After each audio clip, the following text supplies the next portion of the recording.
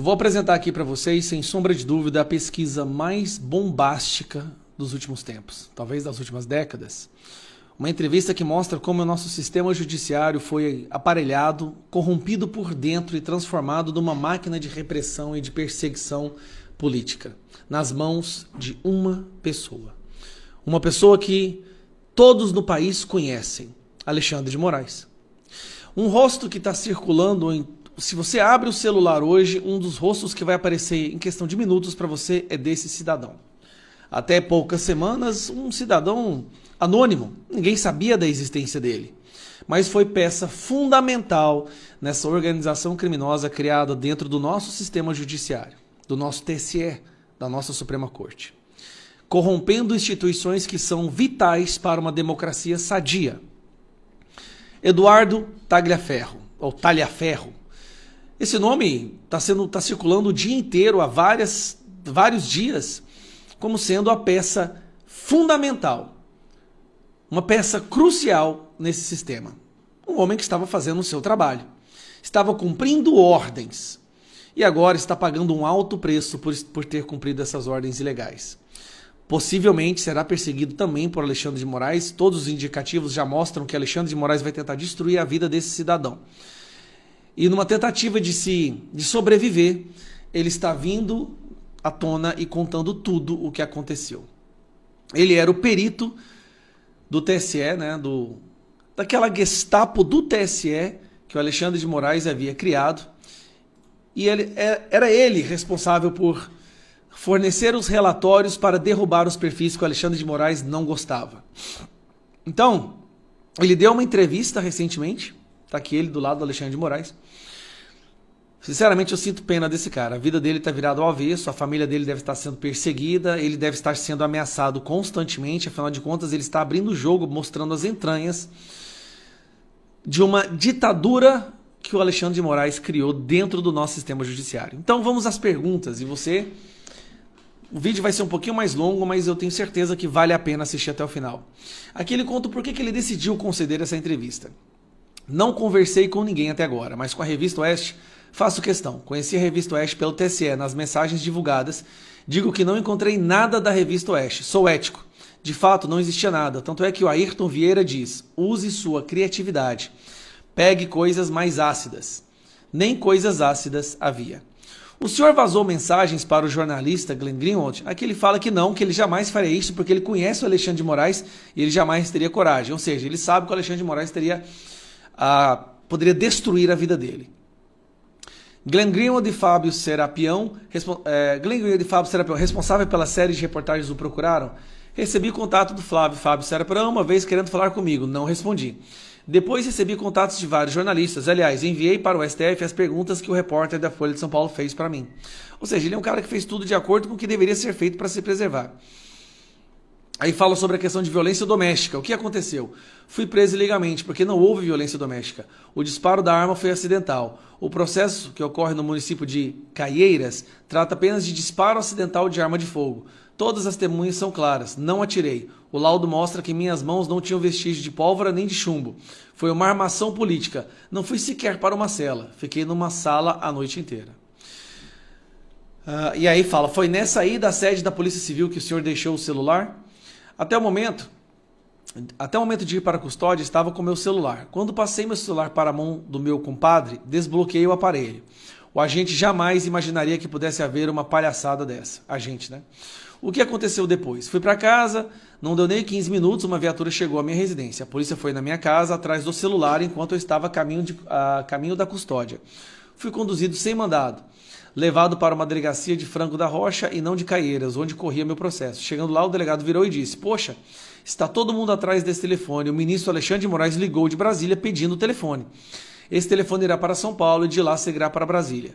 Como um telefone em 6 dias sai da Polícia Civil de Franco da Rocha, vai para a Polícia Federal de São Paulo, segue para Brasília, volta para São Paulo e depois retorna ao Franco da Rocha, e isso ocorreu no dia 9. Então, durante esses 6 dias, qualquer pessoa que tenha tido acesso ao telefone pode ter pego esses arquivos? Com certeza. O senhor recebeu o celular de volta? Aqui ele conta que recebeu o celular de volta. O que os policiais disseram ao senhor? Vamos às perguntas mais importantes. Não é uma tentativa de usá-lo como bode expiatório? Não tenho dúvidas. Já ouvi gente dizendo que irão apreender meu telefone. Querem destruir o que tem lá dentro, mas nem tenho material. Não queria vender meu telefone. Ali havia não só coisas do TSE, como documentos, fotos de crimes, fotos de processos civis. Há documentos sigilosos de vários tribunais. Não usei meu telefone exclusivamente para o TSE. Meu telefone é pessoal, perdi tudo. De quem o senhor suspeita? Ele fala que prefere não falar. Qual seria o objetivo dos vazamentos? O material pode ter ido para as mãos de alguém para usá-lo no momento certo. Ontem houve um boato segundo o qual eu iria tentar vender meu telefone para a revista Veja. É absurdo.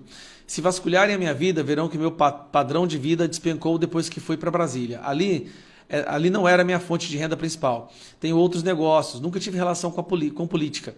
O interessante é o seguinte, as mensagens que estão lá são de fato do meu telefone. Não tenho como negar. Se você vir todas as conversas e os áudios, dá para ver que sou eu que sou cauteloso. Faço essas brincadeiras porque no ambiente de trabalho a gente brinca, não tem jeito. Sempre tive dúvidas dos procedimentos. Mas quem vai dizer não para o homem? Ele sempre percebeu que os procedimentos eram legais, mas ao mesmo tempo ele dizia, como é que fala não para um ditador? O senhor atuou como chefe de um dos departamentos mais importantes da inteligência? Aí ele fala, fui chefe do departamento de fake news do TSE, né? Que é aquele departamento que o Moraes criou e era o chefe. Também Núcleo de Inteligência Nacional das Políticas. Integrei a comissão. Aí ele fala o que ele fez. Vamos lá. Como era a relação do senhor com Alexandre de Moraes? O ministro é muito blindado.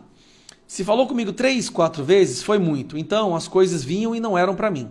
A assessoria monitorava, de fato, o que era o objetivo dela. Via tudo o que estava acontecendo, movimentação em redes sociais, os principais alvos. Quando cheguei, os alvos já existiam e eram monitorados. Apenas dei continuidade. Agora, a interpretação dos relatórios, se havia crime ou não, quem decidia era o ministro. Eu não tinha poder de decisão nenhum, só recebia ordens. O senhor participava do grupo de WhatsApp dos inquéritos? Eu não fazia parte. Havia um grupo só do STF. Pelo que percebi, era um grupo deles. E o Alexandre de Moraes integrava esse grupo. Como os relatórios eram produzidos?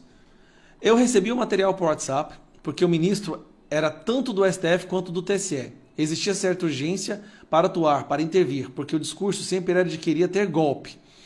Queria ter alguma coisa desse gênero. Então, o medo era de que, se não fosse ágil, algo poderia acontecer ao país. O trabalho era muito rápido. O relatório de minha parte era oficial. Se havia mensagens de ódio, informava. Havia denúncias anônimas, mas também houve denúncias que vinham do próprio ministro. Cara, a situação é triste. Em uma das trocas de mensagens, o senhor manifesta preocupação com o envio dos relatórios do TSE, pedidos por Ayrton Vieira, e sugere que a criação de um e-mail que enviasse a denúncia à Corte Eleitoral. O senhor chegou a criar esse e-mail? Não, no TSE havia e-mails dedicados a receber denúncias. Gosto das coisas corretas, entendeu?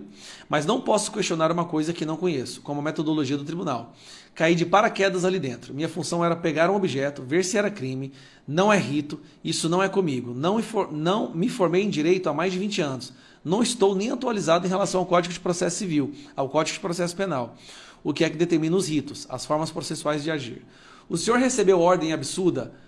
Prefiro não responder essa pergunta. Ou seja, recebeu ordem absurda e está com medo de falar porque a perseguição é de um ditador.